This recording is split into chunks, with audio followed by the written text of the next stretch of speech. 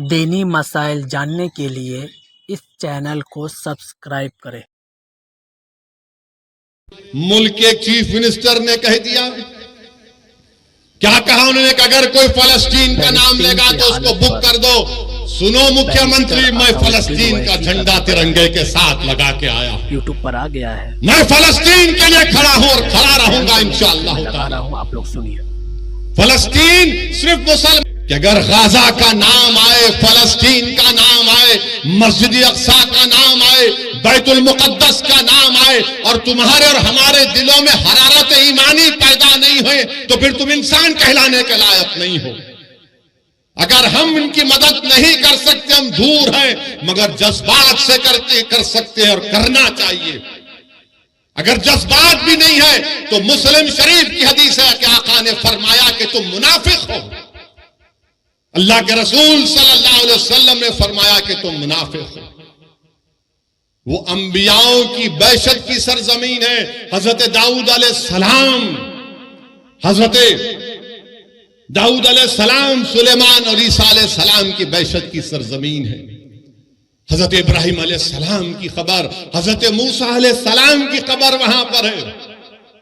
मेरे अजीज दोस्तों और बुजुर्गों, काबतुल्लाह को तूफान नूह के बाद अल्लाह के हुक्म पर हजरत इब्राहिम अलैहिस्सलाम ने काबतुल्लाह को बनाया और 40 साल के बाद अल्लाह के हुक्म के बाद मस्जिद अक्सा को हजरत सुलेमान अलैहिस्सलाम ने बनाया।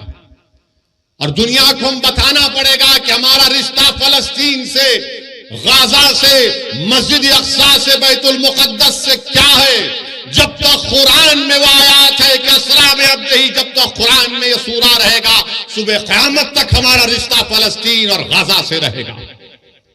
मेरे अजीज दोस्तों और बुजुर्गों, आपने हदीस शरीफ सुनी कि रसूल अल्लाह सल्लल्लाहु अलैहि वसल्लम से एक सहाबी रसूल ने पूछा, या रसूल अल्लाह सल्लल्लाहु अलैहि वसल्लम, क्या हशर के मैदान में हम आपको पाएंगे? अल्लाह के रसूल सल्लल्लाहु अलैहि वसल्लम ने फरमाया कि हाँ, तुम मुझे हशर के मैदान में पाओगे।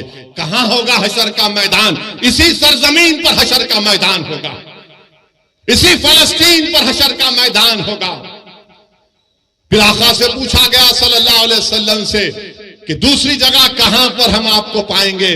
रसूल अल्लाह सल्लल्लाहु अलैहि वसल्लम ने फरमाया कि मैं आबे कौसर पर रहूंगा, मेरी उम्मत प्यासी होगी, मैं मेरी उम्मत की प्यास को बुझाऊंगा। कहां होगा हौज़े कौसर? इसी फलस्तीन से लेकर मदीने तक हदीस में आया। उलमा किराम बैठे हैं, पूछ लो आप। मेरे अजीज दोस्तों और बुजुर्गों, ये वो मुबारक सरजमीन है कि कुरान में लफ्ज बारक ना 5 मरतबा आया तो अल खुद है वो। चाहे सूर्य असरा हो, सूर्य जितने भी 4-5 सूरों में जिक्र आया, 5 जगह पर लफ्ज बारकना का मतलब खुद। अल्लाह के रसूल सल्लल्लाहु अलैहि वसल्लम ने फरमाया कि बड़ी खूब जगह है ये, बड़ी खूब जगह है। तो सहाबा ने पूछा, रसूलुल्लाह सल्लल्लाहु अलैहि वसल्लम क्यों? तो रसूलुल्लाह सल्लल्लाहु अलैहि वसल्लम फरमाया कि यहां पर फरिश्ते अपने पर बिछा कर बैठते हैं, यहां पर फरिश्ते अपने पर बिछा कर बैठते हैं। रसूलुल्लाह सल्लल्लाहु अलैहि वसल्लम ने फरमाया कि मीजान लगेगा, यह हिसाब किताब की जगह है। मेरे अजीज दोस्तों और बुजुर्गों, इमाम अहमद ने यह हदीस शरीफ लिखी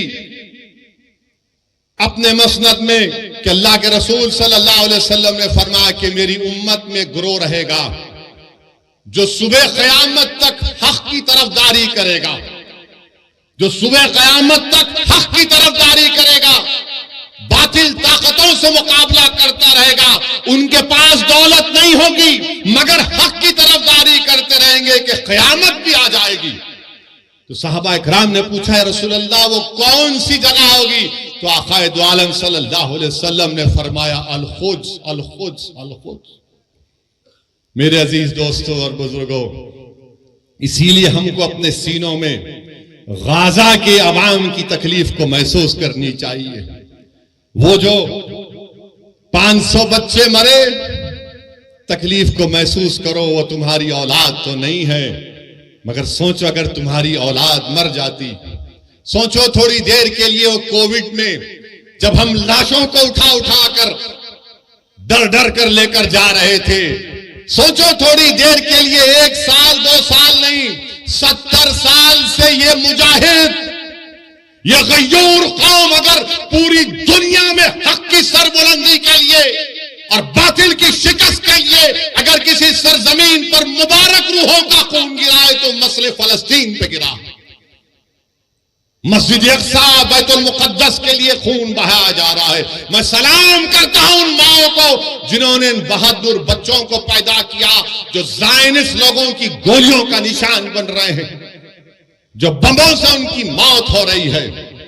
मगर दुनिया ये जान ले कि जब तक हम जिंदा है दुनिया जिंदा है, जब हम नहीं तो दुनिया भी नहीं। याद रखो, मौत से डरने वाले हम नहीं, हम अपना मुकद्दर लिखा कर लाए हैं कि अल्लाह मेरी जिंदगी में लिख चुका है, तुम्हारी जिंदगी में लिख चुका है। मगर सवाल यह है कि तुम अपनी जिंदगी गुलामों की तरह गुजारोगे या फिर तुम बहादुरों की तरह अपनी जिंदगी को गुजारोगे। लोग मुझसे पूछते हैं फोन करके कि असदुद्दीन अवैसी ये कैसा हो रहा है, ये क्या हो रहा है। लोग तकलीफ महसूस करते हैं और लोग पूछते हैं कि कहां है सलाहुद्दीन अय्यूबी, कहां है वो सलाहुद्दीन अय्यूबी। अरे तुम अपनी औलाद की क्या तरबियत कर रहे हो? कहां से सलाहुद्दीन पैदा होगा जब बाप अपनी औलाद के सामने अपनी मां की बेइज्जती करेगा? कहां से सलाहुद्दीन आएगा जब तुम बेटे के सामने, औलाद के सामने अपनी बीवी से गलत बर्ताव करते हो? कहां से सलाहुद्दीन आएगा जब नौजवान गुनाह करते हैं, जिना करते हैं? कहां से सलाहुद्दीन आएगा जब तुम जिना करते हो? कहां से सलाहुद्दीन आएगा जब तुम अपने ही हाथ से अपने भाई का कत्ल करते हो? कहां से सलाहुद्दीन पैदा होगा जब हमारी बेटियां गुनाह करती हैं? सलाहुद्दीन कैसे पैदा होगा? जब तुम नेक बनोगे, जब तुम गुनाहों से दूर रहोगे, तुम रसूलुल्लाह सल्लल्लाहु अलैहि वसल्लम से बेपनाह मोहब्बत करोगे, तमाम चीज और दुनिया से बढ़कर। 25 साल के अरसे में जिसको फलस्तीन की तारीख में नखवा कहते हैं, कितने लोग बेघर हो गए? 1.5 करोड़ फलस्तीनियों को भगा दिया गया। और फिर 67 की जंग हुई तो हमने मस्जिद अक्सा को खो दिया, उस मुबारक जगह को खो दिया जहां पे आक़ाए दो आलम सल्लल्लाहु अलैहि वसल्लम तमाम रसूलों और नबियों की नमाज मोहम्मद की थी। और उस वक्त से वो फलस्तीनी लड़ रहे हैं। फलस्तीन का मसला सिर्फ अरबों का मसला नहीं, फलस्तीन का मसला सिर्फ मुसलमानों का मसला नहीं, फलस्तीन का मसला हर उस इंसान का मसला है जो इंसाफ चाहता है, जो इंसाफ चाहता है। और याद रखो इस बात को, जब तुर्कों की हुकूमत थी, सल्तनत उस्मानिया की हुकूमत थी, तुम्हारा ख्याल यह है कि तुम्हारा मिजाज ये है कि तुम अपने फोनों पर, टीवी पर अर्तुगरुल देखकर खुश हो जाते, तुम उस्मान का सीरियल देखकर खुश हो जाते। मगर क्या तुमको मालूम कि जब तक 400 साल तुर्कों की हुकूमत थी, मस्जिद अक्सा हमारे पास थी। मगर जब तुर्कों से इख्तिदार, इत्तेहाद जब कमजोर हुआ, कबीलों की बुनियाद पर, असबियत की बुनियाद पर जब इत्तेहाद पारा पारा हो गया, तो सबसे पहली चीज जो हमारे हाथ से चले गई वो मस्जिद अक्सा और बैतुल मुक़द्दस हमारे हाथ से चला गया। इसीलिए मेरे अजीज दोस्तों और बुजुर्गों, इत्तेहाद को मजबूत रखो। याद रखो, तुमको हम तमाम, मुझसे तुमको नफरत होगी, मगर मेरी और तुम्हारी ख्वाहिशों से ज्यादा और अहमियत का काम इत्तेहाद है। असदुद्दीन अवैसी यकीनन कमजोर है, मगर याद रखो ये इत्तेहाद तुम्हारे लिए और मेरे लिए, आने वाली नस्लों के लिए जरूरी है। हमने इत्तेहाद को खोया तो मस्जिद अक्सा निकल गई हमारे हाथ से, मस्जिद अक्सा हमारे हाथ से निकल गई। तो इत्तेहाद को मजबूत रखो। हम भारत के वजीर आजम को बताना चाह रहे कि महात्मा गांधी ने क्या कहा था, गांधी ने कहा था कि ये फलस्तीन अरबों का है, जिस तरह अंग्रेजों के लिए बर्तानिया है, फ्रेंच के लिए फ्रांस है, ये अरबों की जमीन है, ये अरबों की जमीन है, गांधी ने कहा था। मगर अफसोस की बात यह है कि आज हमारी हुकूमत खामोश बैठी हुई है। क्यों खामोश बैठी हुई है? अगर हम पूरी दुनिया में एक सुपर पावर बनना चाहते हैं, अगर हम अक़वाम मुत्तहिदा की सिक्योरिटी काउंसिल में मेंबरशिप चाहते हैं वोटिंग राइट के साथ, तो फिर हमारी हुकूमत को, हमारे मुल्क को ये जो वार क्राइम्स इजराइल कर रहा है उसकी मजम्मत करनी चाहिए। जो फलस्तीनियों को गाजा से निकाला जा रहा है उनकी मदद करनी चाहिए, रोकना चाहिए। अरे उनको पानी दो, दवा दो, लाइट दो। ये कौन सा जुल्म है कि तुम उनको मार रहे हो? बेहतरीन से बेहतरीन हथियार अमेरिका दे रहा है, अरे आप इन पर हथियार बरसा रहे। मेरे अजीज दोस्तों और बुजुर्गों, अभी हमारे मुल्क के चीफ मिनिस्टर ने कह दिया, क्या कहा उन्होंने कि अगर कोई फलस्तीन का नाम लेगा तो उसको बुक कर दो।